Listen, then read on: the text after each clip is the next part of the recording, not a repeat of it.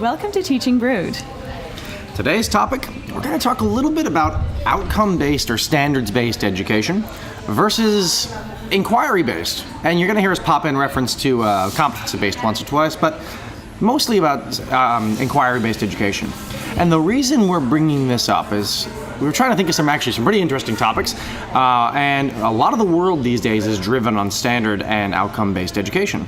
But there's also a huge push towards project-based learning and inquiry learning, which kind of can fall hand in hand a lot. So there's been a bit of debate going on in a lot of schools, especially the more progressive ones, as to how you can balance the two of those. And the reality is, sometimes it's not the easiest thing to do. So, the first thing we really want to do is kind of give a bit of a definition of exactly what standards-based education is and the fact that we're using it interchangeably with outcome education. Yes, standards-based education and outcome-based education are pretty much the same thing in the majority of countries, but there are a few places that use different terminology to mean the same thing. Yes. Welcome to the English language. So, how are we going to define the term standards-based education? Well, I went online, and the best one I found was actually from Ed Glossary. Good source, by the way. Standards-based refers to a system of instruction, assessment, grading, and academic reporting that are based on students demonstrating understanding or mastery of the knowledge and skills they're expected to learn as they progress through their education. So in a school that uses standards-based approaches to educating students, learning standards, concise written descriptions of what the students are expected to know and able to do at specific stages of their education determine the goals of a lesson or the goals of a course, and teachers then determine how and what to teach students so they achieve the learning expectations described in the standards. So basically what we're getting at here is standards education gives teachers and kind of the education world guideposts, massive guideposts as to how things are going to be done.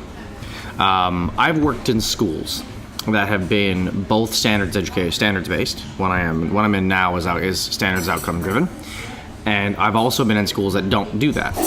That simply kind of are more a bit loosey-goosey in terms of they have general ideas of what you teach, or they try to develop their own standards, but that's not really held accountable. And so there are good points and bad points to both. And the school I was with that was a bit more loose in terms of its standards was an inquiry-based school. And the school I'm at now is pushing inquiry in the context of outcome-based education. So there have been some unique challenges formed. What kind of challenges? Well, for one thing, again, the best analogy we can possibly give on this one is there's a soccer field analogy, which is in a pure inquiry situation, you've got a big field, and the coach tells the players, you're at one side of the field, you need to get to the other side and put the ball in the goal. Do it how you want, and I'll watch you and ask you questions on the way.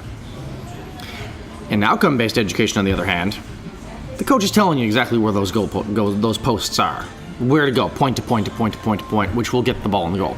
Both are efficient ways of doing it. Yeah, I can see the benefits of both ways. It's not very hard to see that. The hitch is, how do students learn best? In which environment do students learn best, and can the two be blended? Because by the initial look, they're quite opposed to each other. You still get the ball and the goal. You still get the kids the knowledge. But what knowledge that is fully, and if it's every kid getting the same knowledge, in other words, is every kid getting to the goal the same way, that's where the change is. Yeah, and they're going to learn different things along the way, too. Just like you've got, think back when you were in school, you had the kids that didn't do anything in class and then took the test and still got really good marks because they were good test takers, not because they actually understood the material. Right, and there was actually an article written somewhat recently about that very idea, that testing standards are often kind of opposed to inquiry-based education, because the reality is that inquiry-based education is often touted as being attached to the real world a lot more than standards-based education or test-taking education is. And I think the reality is those who create the standards try to really bring them to the real world, but there are core skills that are seen that are needed for the real world. Be interesting to see. Just jumping onto this one for a minute. IB, the International Baccalaureate Organization, has actually now fully introduced, they were piloting before, they've now fully introduced mandatory testing for all grade 10 students leaving the MYP, and they're doing that for the majority of core courses. So they're leaning at testing-based. They're leaning towards the testing, but yet they're known as being an inquiry program. Do they have standards, though? I don't know. Cool. That's going to be a different episode. Yeah, because I mean, it's an interesting one that tests are based off standards. My school runs a math program, as most schools do. And that math program has your standards, as like every unit it hits certain standards. The test is based on those standards. So you don't necessarily teach to the test, you teach to the standards. It just so happens that the test links to the standards. Which doesn't necessarily mean tests are bad. I mean, tests have gotten a bit of a bad rap. They do have a purpose. They're not a be-all and end-all, and they're not a phenomenal thing, but they do have a purpose. It's one of the only ways we can actually measure education. Right. And we live in a society that likes to measure things. Right. We Now, like scientific evidence. We figure that we're out of the dark ages now, and we need to be able to prove. which is linking us to another topic we'll probably explore in the future, which is how do you have a very scientifically based world when we're trying to get rid of grading? Anyways, whole different topic. Back to our original topic. Yes, this will be a little cut in our another. You've got, so in your classroom, you've got your standards. Yes. But you like teaching in an inquiry way. You feel like it's better for your kids. So how are you blending those? Well, that's the thing, is that there's 2 or 3 different ways you can do it. If you adopt a project-based learning method, then it can be possible. All you need to do is make sure that when you design your projects, you hit the exact same standards that you need to as all the other teachers that you're dealing with, or that you need to in the time frame you've got. And that tends to involve a lot of planning, because you don't actually just add in that extra layer of designing a project. You have to design the project with all these extra outcomes in mind. And you can give some flexibility to the kids in terms of how they approach those standards, and how they hit them and where they hit them. But in the end, you're still more confined because you're not given this completely broad freedom like an open inquiry is. In an open inquiry, you can simply say, hey guys, you need to get to this end goalpost. And the thing with that is, if you're standards-based, some of the kids might not hit the standards because their inquiries might not lead them to that.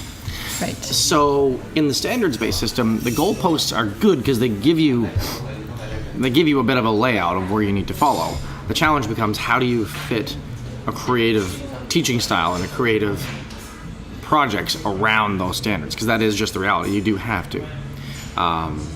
For example, like in a really pure inquiry approach, you'd say, kids, you know what? You've got to figure out why light travels, how light works.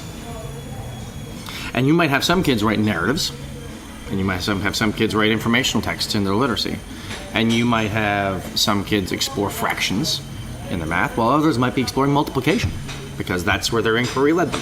When the reality is, different kids are hitting different standards at will, and the structure isn't there. So that tends to play a little bit in terms of your design, and in terms of kind of how things are rolling in the classroom. And the reality is, not every teacher is built, just like every student is built, to have inquiry. Not every teacher is really built for standards. No, it's true. Like in the research that I've done, it seemed like standards-based was a good program. It focuses on the kids. It's far better than the traditional bell curves and the ranking students against each other within the classrooms that used to happen. Inquiry is also a really good method. So it seems like, well, for starters, we know as educators that one size doesn't fit all. You need to be able to blend them. Looking, though, at the number of standards that would need to be taught, and looking at the amount of time that inquiry needs, they don't blend well together in their current form. It almost seems like maybe the next step is a hybrid where there are fewer standards. You're still marking on standards, but there's fewer of them, but you then allow it to happen within an inquiry way. Well, if you work in any standards-based school and the standards are pushed heavily, the one big thing the teachers always feel is this pressure to hit all the standards. Because the reality is there is a lot of them typically, and there is that pressure to get them done. And most schools that I've worked in or talked to people from will always say that they feel stressed over trying to meet all the needs, meet all the standards. You've got to hit the standards as much as you can. And the reality is, that's really hard.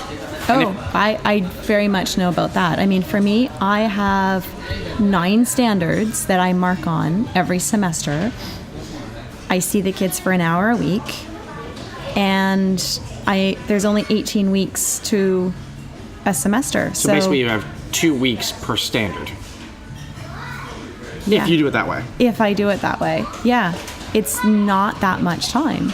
No, and I think that's just the reality of standards-based education and kind of how things work, is that you run into that big challenge. Especially if you're trying to do the way that we were taught to teach, in terms of you introduce a concept, you let the kids practice a concept, you get them to master the concept, and then you test on the concept. I don't have the time to do that. So oftentimes I'm introducing the concept one week, and the very next week I'm testing on it. But then the contrast to that is, if you back off all the standards and you make them more accessible, do they become watered down? Do they become basically useless to even have? Because your standards are so big and so broad that there's too many different ways you can hit it, and you really have no idea if a kid actually hit the standard. It becomes so subjective as to whether a kid hits a standard or not that it's a problem. Yeah, well, the analogy that I found when I was going through this is looking at when you go to a city for the first time as a tourist. You've got, you go through and you see all of the tourist things. You've barely scratched the surface of that city. Yeah. When you live there, you completely see it in a different light. You do different things. Standards-based, especially if you've got a lot of standards, you're doing a lot of surface stuff. Inquiry-based, you're doing a lot of depth. So it kind of comes down to, which do you value more? In-depth stuff, where you've got a quality over a quantity, or is it you should have more generalized knowledge where you have little bits and tidbits of everything, but you don't have much depth on anything? But it's worth it at the end? Because it becomes real world, because you start attaching real world concepts. We attach real world concepts in standards based from time to time. And the kids are asking more and more these days, how is this in the real world? Which is great. But if we make it attached to the real world immediately, that's not even a question. They know it. It's in their life. It's experiential for them. So I think there's no easy way to blend it, but it is possible with a lot of time and effort. All right. So somehow, some way, we'll be able to blend these two systems. We'll get closer to perfect. We'll get closer to perfect. One more step. All right. Have a great week, everybody, and we'll see you next month. Bye.